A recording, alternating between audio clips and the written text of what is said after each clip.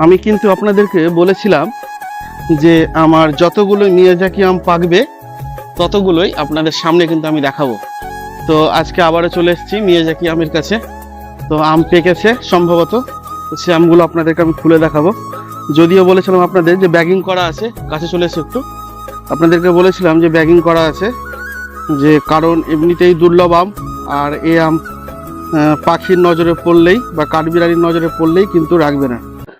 তো সেই কারণেই এগুলো বেঁধে রেখেছিলাম। তো আম পেকে প্যাকেটের মধ্যে পড়ে আছে। এটাই হচ্ছে অরিজিনাল পাকা আম, যে পাকবে আর এখানেই পড়ে পড়ে থাকবে। তো দেখছেন কালারটা প্যাকেটের জন্য একটু কম এসছে, কিন্তু তবুও আমি কিন্তু কম বলবো না, যথেষ্ট কালার।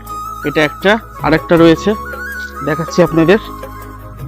এটাও ড্রপ করেছে, এটাও ড্রপ করে আছে। তিনটের মধ্যে দুটো আমি পেকে গেছে। তো দেখছেন খুব টাইট করে বেঁধে রেখেছিলাম অ্যাকচুয়ালি। তো জায়গা খুললাম না, আমি খুলতে অসুবিধা হচ্ছে, তো প্যাকেটটা আমি কেটে দিলাম।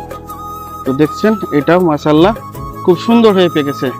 আর বলেছিলাম না খুব দুর্লভ আম, দেখুন প্যাকেটে বাঁধা আছে, তারপরেও পাখিতে হোক কাঠবিড়ালিতে হোক কিন্তু এটা কিন্তু কেটে দিয়ে বসে আছে।